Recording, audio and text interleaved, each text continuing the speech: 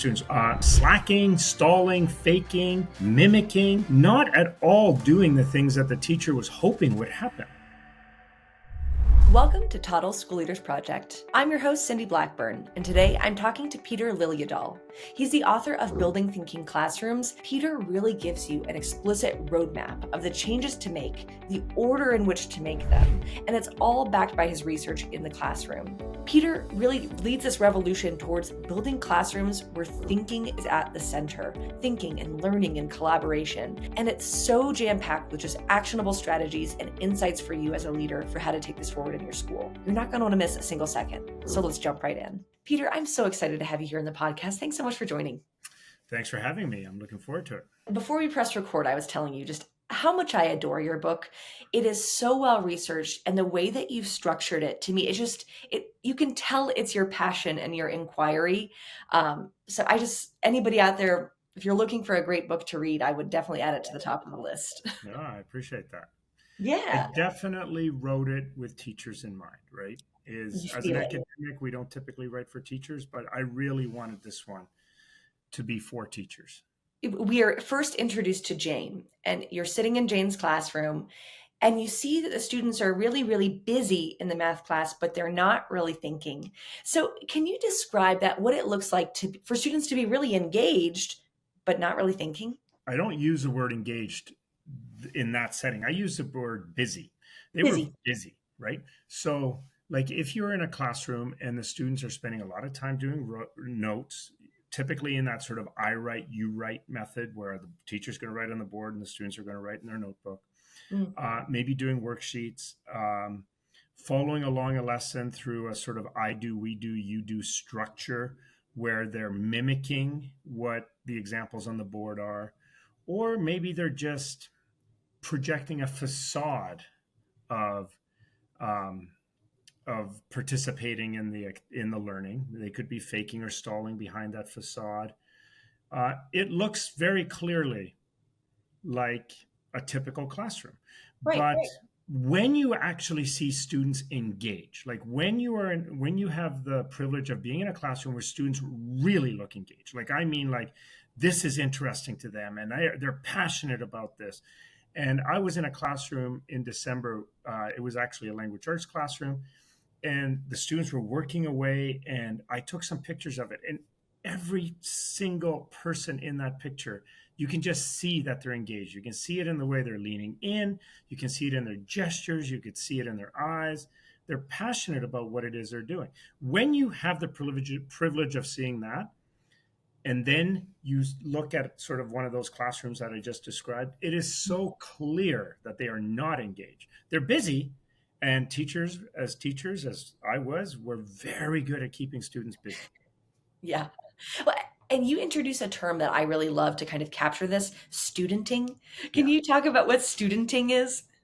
So studenting is a term that was introduced into the vernacular by Fustermacher. Fustermacher was a researcher who wanted to understand what it is that students actually do in a learning setting, right? So the teaching is more than the orchestration of knowledge acquisition, right? Like teaching involves taking attendance and collecting consent forms and managing conflict. Like teaching is so much broader than what we've classically thought about as teaching. So the analog to this for him was studenting. So what are all the things that students do in a learning setting to help them learn, right? Like it could be studying, it could be creating networks, it could be collaborating. Like what are all these things? So he became really fascinated about that. And then he started studying it. And 4 years later, he had a really jaded view on it because there was also all these other things that students do in a learning setting, like groveling for marks or grades and trying to game the system and scam the teacher and avoid accountability. And like he had this, when he started really looking closely at what students do in a learning setting, he realized that studenting, which is that broad set of category of activities that students engage in, isn't all positive. So this was a term that I adopted because when I started really digging into what I was seeing in Jane's class and in other classrooms, I needed a word to describe the phenomena I was observing, right? Like here are students, as teachers clearly set up a situation where learning can happen, and yet the vast majority of students, over 80%, were slacking, stalling, faking, mimicking, like not at all doing the things that the teacher was hoping would happen, right? But yet all of these things happen within that learning setting.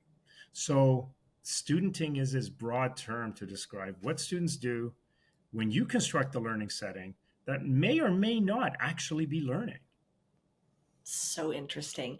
Well, and I would just love to go back into a classroom having just read your book and just kind of do like a bingo for those behaviors, you know? Like, oh, that kid really is just kind of sharpening his pencil again and again and again. Like, And like once you start to have the codes for observing these things, you see it so clearly. You can't unsee it. There's a researcher in Australia who recently, like last year, recreated my research, where they went into classrooms and looked at students in these natural settings and used the same codes I had developed, and the data was identical. Now we're talking a world apart and 20 years apart, and the data was identical. so it just shows how deeply ingrained this is. Like it's across the world, it's across cultures that schooling and studenting has become this kind of, I don't know, almost like weird act or dance Yeah. uh, that people are doing. So I'm curious, your work seeks to kind of break that and to shift towards thinking classrooms. And you mentioned that it kind of starts with a mindset shift. So might you talk about that shift in mindset that we all kind of need to get on the same page? Yeah. Okay. So when I really dug into this research, and I spent time in like 40 different classrooms and digging deep into many of those, it wasn't just these studenting behaviors that I noticed. I Mm, also noticed that everywhere I went, classrooms looked more alike than they looked different. And okay. everywhere I went, what happened in classrooms looked more alike than it looked different, right? And and I started to recognize that there were these norms. Now we talk about norms in education, but we tend to talk about classroom norms, right? But these norms were somehow transcending the classroom. They were transcending the school. These were institutional norms. They were woven into the very fabric of what a school is and what a classroom is and what a lesson is. And and these things, I started to hypothesize that maybe it was these institutionally normative structures that were kind of preventing the students from thinking, because everywhere I was going, I was seeing students not thinking, and everywhere I was going, I was seeing these norms. And I wondered if they were connected. And if they are connected, the only logical conclusion is we're going to have to break these norms if we want students to start to think. And Cool. that is the mind shift, right? Like, and when you dig into this historically and you start to realize that many of these institutional normative structures that we have in classrooms have existed for over 170 years, since the dawn of public education at the end of the first industrial revolution.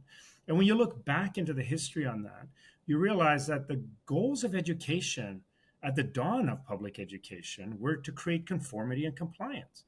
And, Exactly. and I'm Exactly. not the first person to say this, right? They modeled it on the factory, and they modeled it on these on prisons and on these things where they manage people. And and you realize that so much of what's happening in classrooms is not about learning at all. It's about creating conformity Cool. and compliance. Mm. And that's the mind shift. It's this idea that whew, we're going to have to break down some of these things that we've always done, right? That served a purpose. Maybe it served that goal of conformity and compliance, but our goals are different now, right? We're talking about 21st century learning skills. We're talking about critical and creative thinking, equity. Like we have so many different goals now for education, and we cannot achieve those goals using practices that were designed for conformity and compliance. We need new practices. And when my goal was to create thinking, I really needed new practices. Mm. Well, just to kind of summarize there, our initial goal was to turn farmers into employees, and we Yeah. developed a beautiful system for doing that. Yes. Great. Let's all sit in rows, let's all walk in lines, let's all raise our hands. And it, it makes a group of 30 students really manageable. So we can see how that's all held on.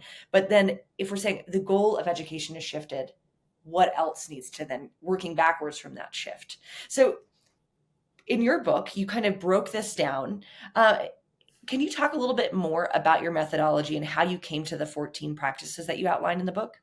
Right. So when I realized I had to break norms, we started breaking norms, right? And it Fun was, read. yeah, it was amazing. I got to tell you, the first 6 months of that research was crazy fun, right? Like we were breaking norms left, right, and center. We were throwing anything at the wall we could think of to No see what would. furniture. Let's see what happens. Yeah, and everything stuck. It didn't matter what we tried. We were breaking norms. We were getting students to think. More students were thinking. They were thinking for longer. But from a research perspective, what I was losing control of was that sort of cause and effect, because Right. we were trying so many different things that, yeah, we were seeing an effect, but I couldn't attribute any one effect to any one action. So I needed to systematize the research. And I spent quite a bit of time trying to think about how I could organize this research in a more structured way. Hmm. So I went back into classrooms and I just watched teachers move through their day. And there was no intervention. I was just watching teachers do what they do. And what emerged from that was what I call core routines, right? Like, what are the core practices that teachers enact throughout the day? And, we all give students a task. Like, it doesn't matter what you teach, what grade, we all give students a task. That's a core routine, right? It's a core practice. We pretty much nowadays, every teacher uses collaboration to some extent, right? So that's a core practice. We have to provide students a place to work, right? Like, are they working on the floor? Are they working at a table? Where are they working, right? When we're having this collaboration. So these are sort of became the core practices that I used as variables, because now I started to say, okay, so collaboration is a core practice that every teacher uses. Doesn't matter how we make the groups, right?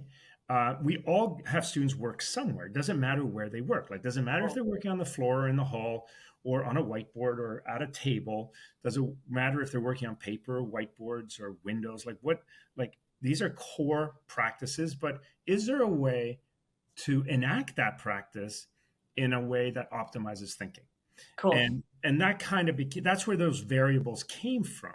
Now, I've had people like Robert Kaplinski wrote a really nice blog post about this, where he kind of said that these 14 core practices account for like 95% of what a teacher does in a lesson and throughout the day. Right? Some Cool. of them are constant. Some of them are occasional, like different forms of assessment and so on. But it accounts for most of what we do. And those became my variables. Now, I have to be honest, it wasn't 14 to begin with. There was 11 to begin with. And then as I started working, you start to realize that, oh, this is something that we just do. It's a Assumed. non-negotiable, but Mm. that needs to be a variable. I hadn't even considered that we can vary that. And I'll give you an example of one, and that was how we arrange the furniture in the classroom. Like, that was not something that I thought upfront would make a difference. But I started to notice in the data, because every teacher has their style, I Right. started to notice in the data that furniture seemed to be a variable that was having impact. So then it became something we investigated.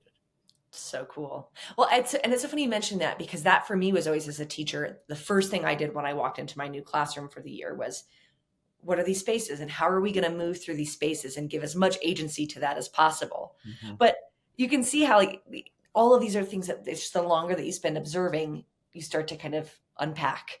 Yeah. And, we have our preferences. We do things a certain way. We Mm. assume it works, right?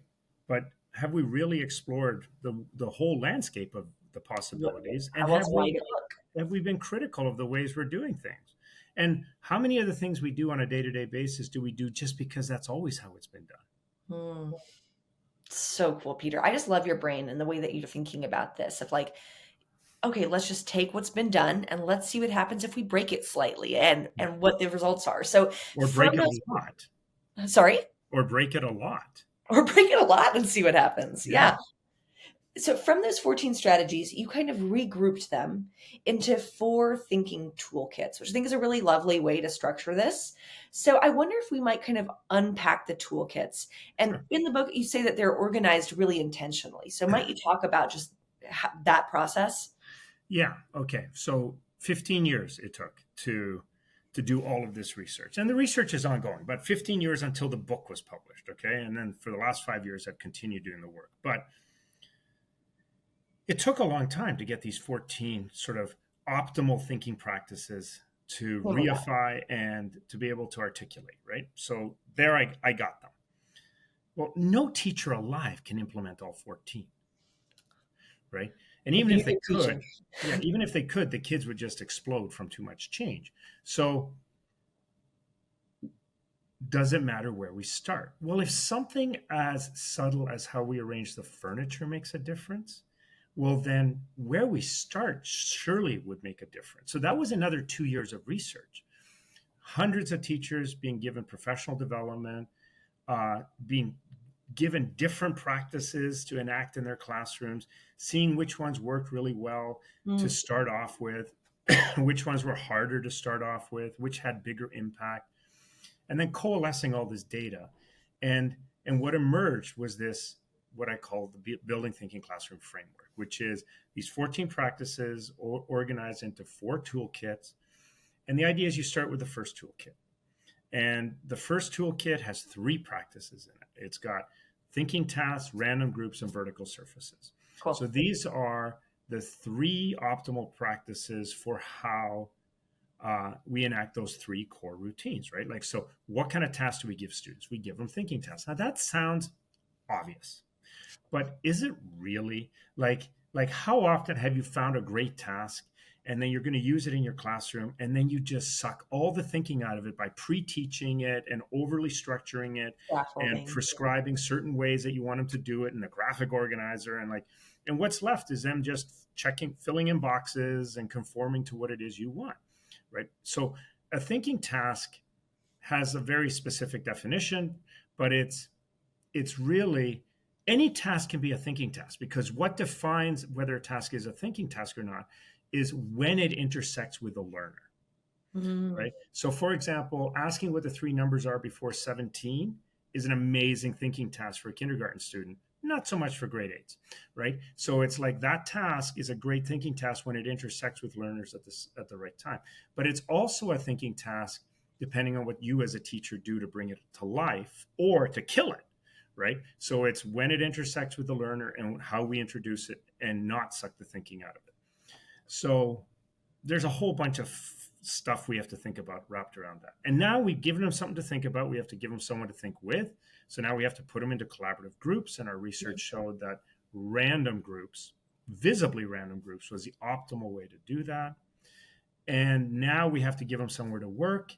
And the research showed that the best workspace for students to work on these thinking tasks in their random groups is on a vertical, non-permanent surface, like a vertical whiteboard. But it doesn't have to be a whiteboard. It just has to be vertical and erasable, like a window or the side of a file cabinet or a chalkboard. Like it has to be vertical and erasable. And that's the first toolkit. Now, the research clearly shows that we need to enact all 3 at once, and that this has an absolutely massive impact in transforming your classroom. Like, just enacting those 3 practices, we go from 20% of students thinking for 20% of the time to 80% of students thinking for 80% of the time. And Whoa. that's like within 3 or 4 days. But Peter, there's so much baked into what you said. Like strategy 1 in itself, I think is especially a dense one because what you said there is it's got to be a thinking task. So I'm thinking more than likely something that's inquiry based or problem or project based. Yes. Well, not so much project based in the sense that the length of it, but shorter, like a lesson length, right? But it's Okay. definitely problem based or inquiry based. Um, Which is its own set of skills to really identify what and makes it. I'm not the first person to introduce this. Like, this has been spiraling in our realm for 40, 50 years, right? It's just that we've been trying to enact inquiry and problem solving in a setting that isn't supporting it. So you're just giving the toolkit. You're saying this is the roadmap. And if I'm a leader trying to change my school into a thinking Yeah. school, this is how you got to start. Yeah. And if all of your tasks are rote and worksheet and call and respond, that's the first thing that's got to go. Yeah. We've got to spend most of our time doing tasks that engage our learners. Yeah. And then, If you want students to think, you got to give them something to think about, right? It has to cool. be, because thinking is what we do when we don't know what to do. It has to be novel, it has to be challenging, and all of these things. And it's in this building thinking classroom framework, like that's just a first toolkit, but what this is it's developmental, right? Yeah. And it's developmental not just for you as a teacher, right? This is how you learn how to change your pedagogy. It's also developmental for the students because Mm, they're not used to behaving this way in classrooms. You can't just throw them in the deep end. You got to start somewhere. So what we found was that this framework actually kind of has teachers and students moving hand in hand, right? The teacher makes a change that's different for them. The students respond to that change, right? cool. Now they're starting to grow as thinkers. The teacher can now move into toolkit number 2 and start playing with other practices, and the students respond.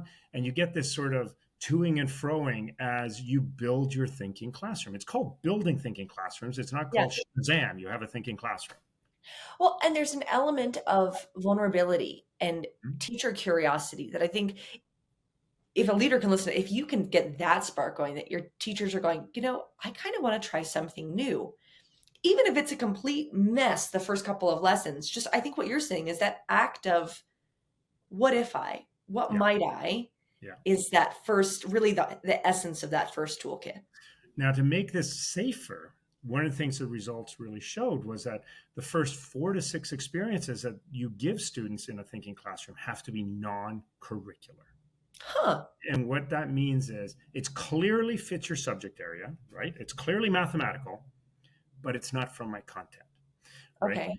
And what that does is it completely depressurizes the setting, right? I'm asking the students to be different. It's stressful for them to try to be different and Get a need grade. to hit some learning target because they're going to be graded on that. But at the same time, it's also less stressful for the teacher because they can really focus on their pedagogy without also having to worry about hitting that standard by the end of the Mm, lesson. smart. And so it creates a really safe place for students to grow as thinkers and teachers to grow as pedagogues. And and in fact, as you move through the framework, every time you pick up a new practice, one of the new 14 practices, the recommendation is do a non-curricular. Step outside of your curriculum. Because we behave different when we can focus on our teaching versus when we're focusing on hitting a target. So would that be more of like I don't know, executive functioning lesson or like a skill or a mindset lesson that would sit outside of your curriculum, or should it also just be It can content, be. It random could just be content? a playful or fun. It like we have so many fun problems in mathematics. And in fact, every Mhm. subject has this. These are the activities teachers use the day before the Christmas holiday or, like the first day back to school. Like we have them. Every teacher has a bank of these things that are fun for students to do. Those are the ones we want to roll We're out going to when we're start ready. there. Yeah. The other thing I'd love to dig into a little bit more in strategy one is vertical spaces, because that's how I found you. I feel like I was part of all these different groups and I just kept hearing, we could introduce vertical spaces. And I was like, where did this come from? Like, where did this idea come from? And then I found your book and read it and fell in love with it. So, vertical spaces, what are they? Why are they so important? And why do you think people are kind of latching on to this as a concept? So, yeah. So when you start playing with different workspaces and you have an explicit goal of disrupting the institutional norms, one of the ways to do that is to do the opposite of what is normally happening. So students are sitting, let's make them stand. Students work on at their desks, let's make them work on the whiteboards or on the walls. Students work on paper, let's make them work on whiteboards. Like there's this sort of let's see what happens if we break the norm as much as possible. Okay. And sometimes that resulted in an optimal practice. Other times it didn't, but at least we got out of the norm so we could start to see different possibility. In this case, it led to the optimal practice, and we did all sorts of controlled experiments to verify this. So we had the result. It was clear. Having Mm, students work at a vertical whiteboard was by far the best thinking we could see. Why? Now that was a that was a tougher question. There were some answers that came out pretty quickly, right? Like one reason having them work at vertical whiteboards that makes it so effective is that everyone is oriented to the work the same way, Mm, right? If you have a whiteboard on a table, or even just students working in their notebook, if they're trying to collaborate, someone owns this work. It's oriented towards them, and everyone else is looking at it sideways or upside down. mm, But like that doesn't seem like that's such a big deal. But this idea of ownership really transforms when it gets vertical. Everyone in the group owns this work. It's not one person's, right? When it's vertical, they can see each other's work, which promotes knowledge mobility. The smartest person in the room is the room. yeah. We just got to get that knowledge moving around the room. Like we undervalue how much knowledge already exists among our students because we tend to think about the knowledge that students hold individually, as opposed to what is the knowledge that the classroom is holding collectively, and how Mm, can we get that knowledge moving around the room. And students are very good at sharing knowledge with each other if we create the right environment. right. I'm a better teacher when it's vertical, right? Like I don't need to wait for that quiz on Thursday to see if my students are understanding what I'm doing on Monday. I can see it right away, and I can Ongoing intervene right formative away, assessment. right? I don't need to wait. So the time between, for example, error and intervention is very short now. And Mm, I just feel more effective. I feel like I'm teaching with a blindfold on when the students are sitting and working in their notebooks. I have no idea what they're doing, right? And what the research coming out of Jane's class really showed was they're very good at hiding what they're doing when they're sitting yeah. there. But all of these things were eclipsed by one interesting piece of data that took almost 2 years to get at. And it turns out that it's not that standing is so good, it's that sitting is so bad. Ah, And not like sitting is a new smoking bad. It turns out that when students are sitting, they feel anonymous. And when students feel anonymous, they disengage. And the further they sit from the teacher, the more anonymous they feel and the more quickly they disengage. And the more things are between them and the teacher, like other students, the more they disengage. So simply by having the students sitting down, we have an inequitable access to education because the mm, students disengage more from the back of the room than the front of the room. And we've known that for a century, right? Like this is why teachers will move someone from the back to the front. But you still have to move someone to the back, and they're right. more likely to disengage. What standing up did was take away their anonymity. They didn't feel anonymous. They didn't feel invisible. They felt seen. And because they felt seen, they didn't disengage. Now, this is not sort of like I'm exposing you, because it turns out that this disengagement was both conscious and unconscious, right? There's that conscious, oh, the teacher can't see me, so I can play on my cell phone. But there's also this real subconscious feeling that when you don't feel seen, you drift away. And it was that subconscious that really changed. They didn't feel invisible. They felt seen. They engaged more. They engaged for longer. Wow. It it brings up the concept of power to me, and I don't know if that resonates with you. Of that, for so long, the power was of the teacher in the front writing on the board, and so when we distribute that power of being a presenter, of being a creator, a sharer of the information, of just that, I could see that trickling into so many aspects of just how we relate to each other in the classroom. And it's not just this practice. So many of the practices in building thinking classrooms really decenter power, right? Like, Mm, for example, even just random groups, right? Like, normally, power has either been with the teacher or the students on this. If I do strategic groups where I'm setting the groups, the teacher has the power. yeah. If the students are doing self selected groups, they have the power, right? But if I'm doing random groups, nobody has power. We're Yeah. decentering power. And we're creating greater equity and access this way, too. I adore it. It's so elegant in the way that you've designed it, that it's like practices that you would just kind of put into place and just try it out there. It's like, I don't know, you're learning to ride a bike without training wheels or something. You're just kind of saying, go for it. And then the lessons you learn along the way just like build up this momentum. Yeah, it really was. Mm, Like, I loved every day of this work, and I still love every day of this work. I'm out there, tell. like in the last two, like I'll be in classrooms tomorrow. I was in 4 different classrooms last week. I'm always in classrooms these days, and I'm exploring things constantly and trying to find ways that produce more thinking that transcend the Mm, sort of specificity of a single classroom, right? These I'm looking for practices that any teacher can pick up and have effect with. so cool. Love it. Okay, so let's shift to second toolkit, which is all about teacher practices. And you talk about keeping thinking questions and check your understanding questions. So, can we talk a little bit about those teacher practices Yeah, and that shift? yeah. Now, some people who are listening might think, well, that first toolkit sounded like teacher practices too. Yeah, it was, but that was really about breaking the normative structure of classroom and allowing students to park their studenting habits at the door and come into the classroom and be different. So that was really about transforming the learner.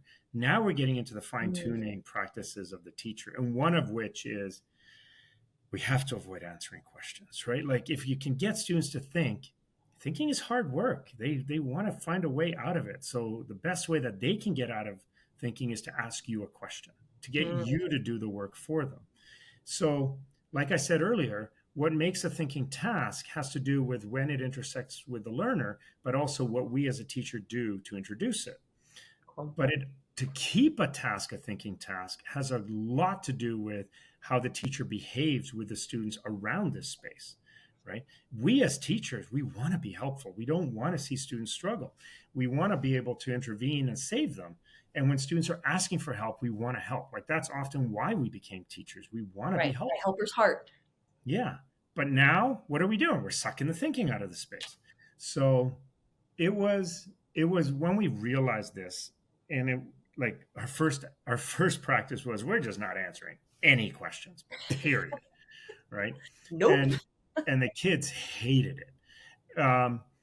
But it was we saw changes, right? Like the kids started to respond. They started to realize that we weren't going to save them. And it took time.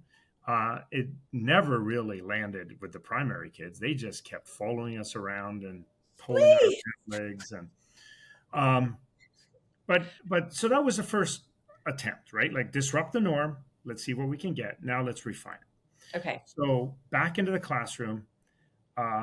And the reason I had to go back into the classroom is that there's almost no research on how to answer student questions. There's a ton of research on how to ask questions. And how to get them to ask questions. Right. Like there's all that research, but the research on how to answer questions, because I think the institutionally normative structure has always been if I can get them to ask a question, I'm going to Great. We're halfway there. Yeah. Yeah. Okay. But so I had to go back into classrooms. And what I started to do was pay really close attention to the types of questions students ask. And when you control for, like, can I go to the bathroom? Like these sorts of non educational questions, right? Um, what's left turns out that all student questions fall into one of three categories. So the first category, which is actually my favorite, is called a proximity question.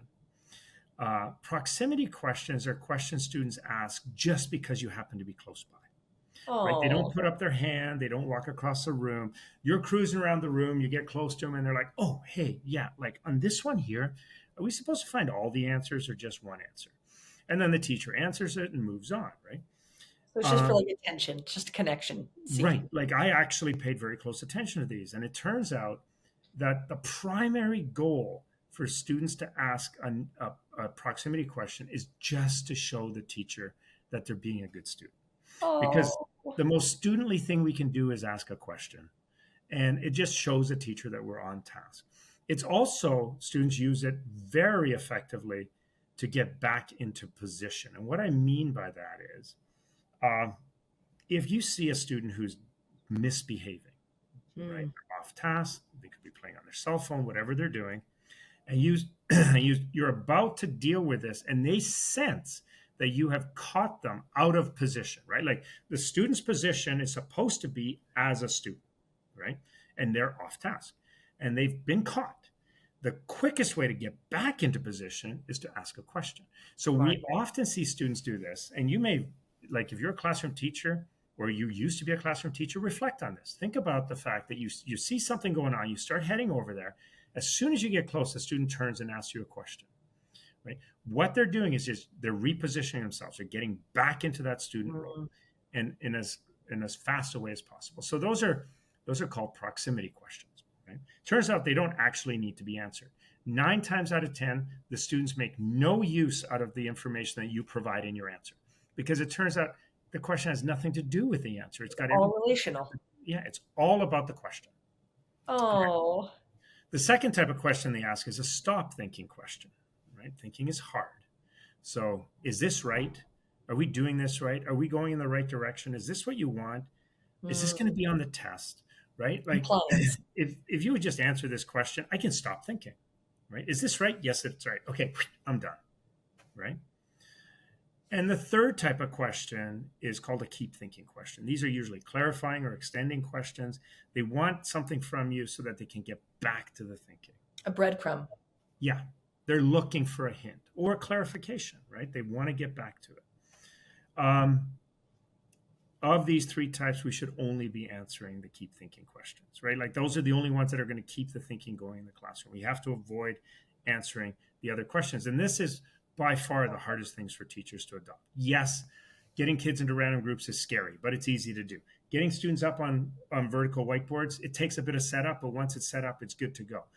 But I became a teacher to answer questions. This is hard for me. Yeah. Peter, have you ever tried to teach students about the 3 question types?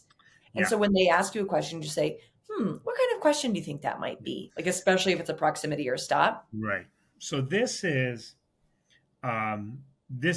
we've actually taught students about all of the 14 practices, but this was actually the first one we did. And we learned some really interesting things. So, okay, so you sit kids down, you explain to them, you only ask 3 types of questions. Here they are: proximity, stop thinking, keep thinking. And from now on, I'm only going to answer the keep thinking. And Awesome. within a week, you hear kids going yeah, they'll ask a question, and then one of their group mates will go, she's not going to answer that. That's a stop thinking question, right? Like Awesome. they start to reflect on this because it makes sense to them. We're naming something that they do, and they know they do it, but they just didn't have names for it. However, we learned something else. We learned that when we tell the students about this, makes a huge difference. Yeah. So one of the ways that we react to students asking a proximity or a stop thinking question is we just smile and nod at them. And then when they're finished asking the question, we just go, and we walk away. You're going to love it. It's so much fun. But it's hard for students. It takes them a while to get used to this, right? Yeah. So what we learned was that if you talk to students about this before you enact the practice, right? So if you say, okay, there are 3 types of questions, that makes sense to them. But from now on, if you ask a stop thinking or a proximity question, I'm just going to smile and walk away. When we interview the kids after that session, what they've heard is that the teacher has asked for their permission. So they'll say things like, we'll say, so what did you think about that conversation about the 3 types of questions? So, yeah, it makes sense. But really, like the teacher wants to try something new and they want us to be okay with it.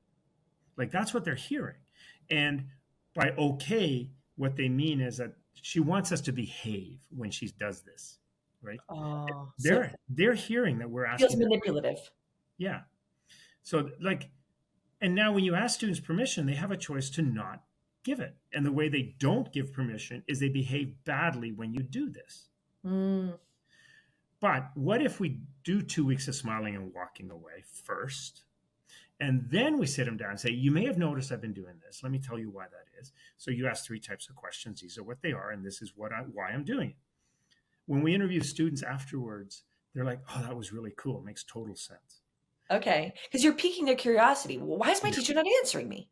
Right. And then you give them the answer as opposed to, that's cool. Yeah.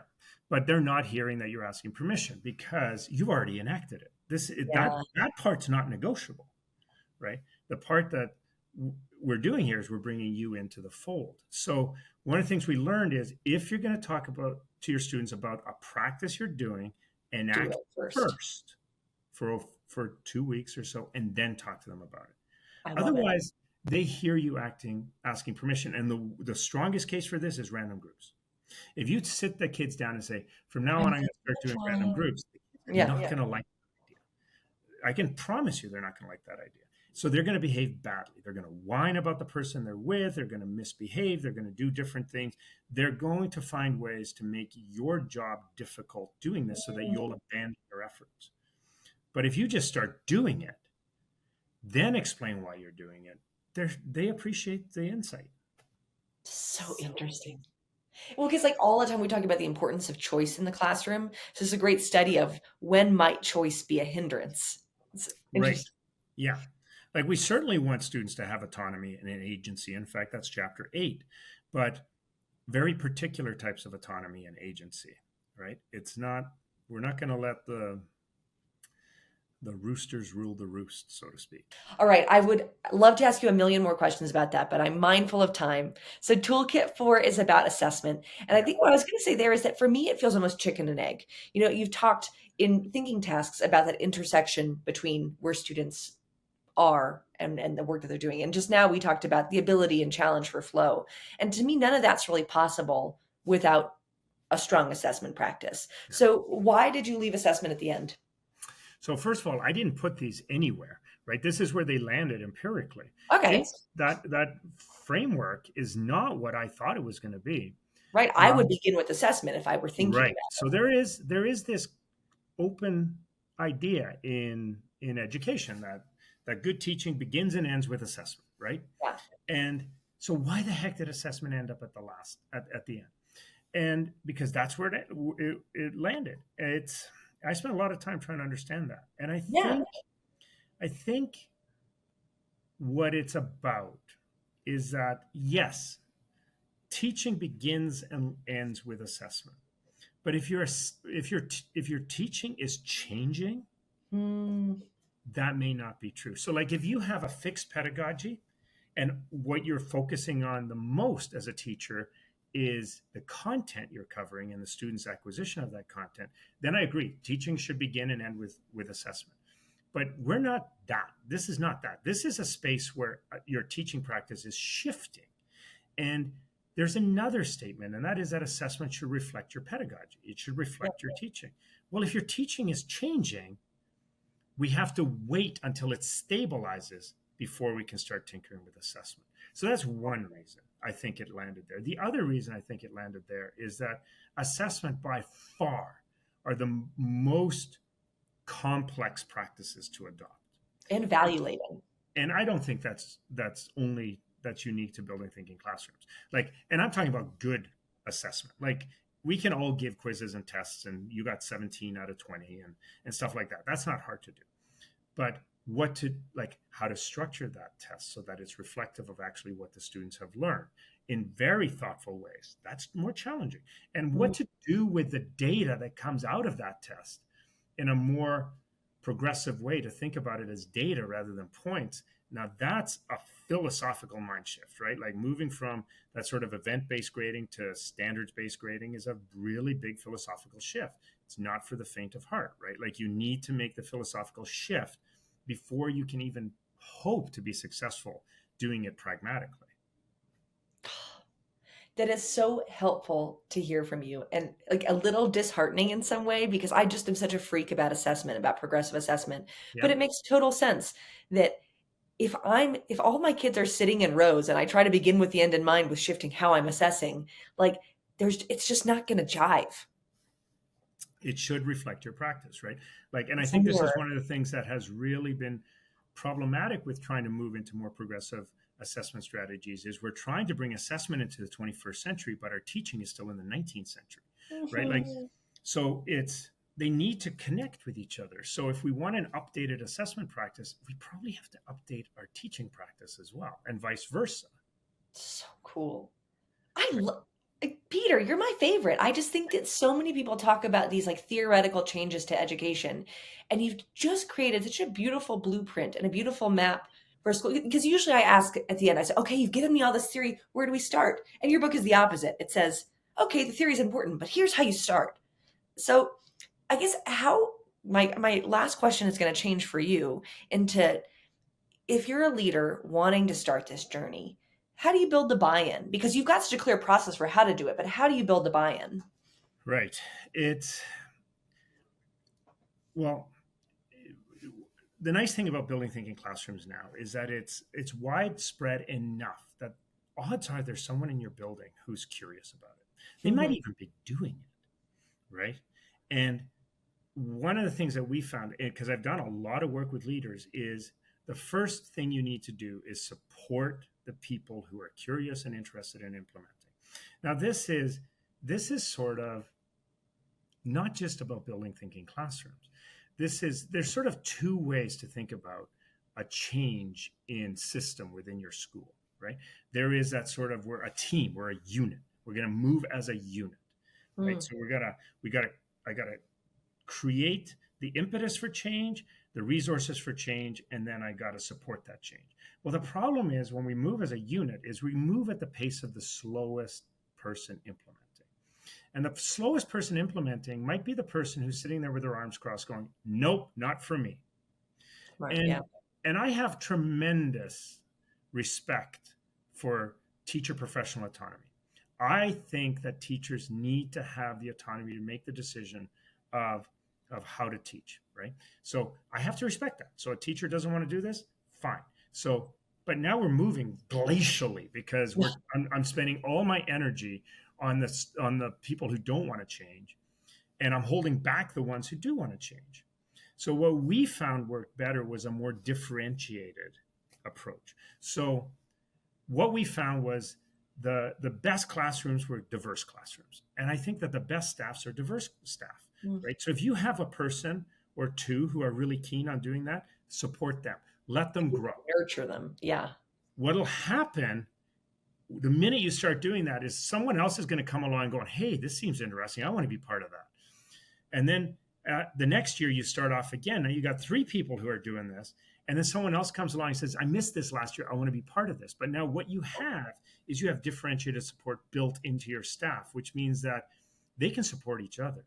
Right. Right. And so It's like not top down. It's really a bottom up. it's a bottom up with your support to allow to nurture them, right? To provide them the resources and to provide them the buffers that are going to give them the courage to do this, right? Cool. And one of the biggest buffers that you can provide is to stand between them and parents. Yes.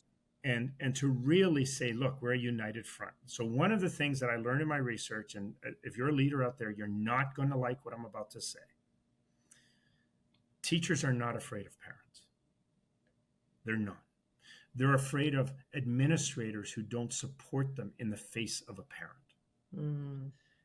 And if you can reverse that and say, we're together, we're a united front. I may have questions for you, but if a parent escalates and it comes to me, they will hear the exact same thing from me as they do from you.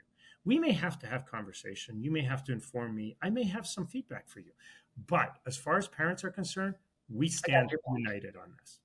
You need that psychological safety first. Yeah.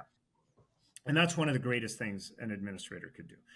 And then providing the support that they need. And like there's costly support and there's free support. So I'll give you an example of costly support. Releasing teachers to work together. That costs, like to go to another school and do a workshop. That costs money. But if I have two teachers on staff who are interested in this, all I have to ask them is, do you want a common prep or an offset prep? Because the most powerful force in the school is two teachers on the same journey who are given time to talk to each other. Yeah. And if you can arrange the timetable so that can happen, then that costs nothing. They have to have that prep. And what we found was in the first year that teachers want to work together, they want a common prep. They want to plan together. But in the second year, they want an offset prep because they want to be in each other's classroom. Observing it. Not Cool. so much observing as co-teaching and playing, right? Fun. So and that costs you nothing, right? And then we have in between. Somebody wants some whiteboards, just buy it for them, right? Like order white books. They're $60 for a pack of 10. Go out and buy some whiteboards, have them mounted. Like in terms of cost, that is one of the cheapest things you're ever going to invest in, right? And it's a one-time expense. It's not ongoing. It's not big. Like a good whiteboard costs the same as releasing a teacher to go to a PD, right? So it's like, but it's permanent. It's there now. right? forever. Yeah. And then removing some of those silly barriers. Like one of the silliest barriers that we found had a huge impact was when the teachers had to go to one of the secretaries in the office and ask for more whiteboard markers. And then they would be given the sort of dirty look. Well, you were here last week already getting a box, like we only have so much and so on. Because, secretaries have to manage the resources in the building and make them last. I've worked with teachers who they give up because they don't want to go through that painful Just a fight. experience. Just another stupid little fight. Yeah. So let's remove that barrier and here's a storeroom, get what you need when you need it. Cool. There's these obvious things and there's complex things and there's costly things and there's free things. So sort those and start with, hey, we could do these 5 things today, and that's going to Yeah, remove half the barriers. yeah, absolutely. So cool. Well, Peter, this has been the funnest conversation I can recall in a while. I just think that the way that you're thinking through this and the way that you're supporting educators is really unique and really methodical and just really exciting. Ah, thank you for saying that. My pleasure. I enjoy every day of this work. You really can tell. Thanks so much, Pete. My pleasure.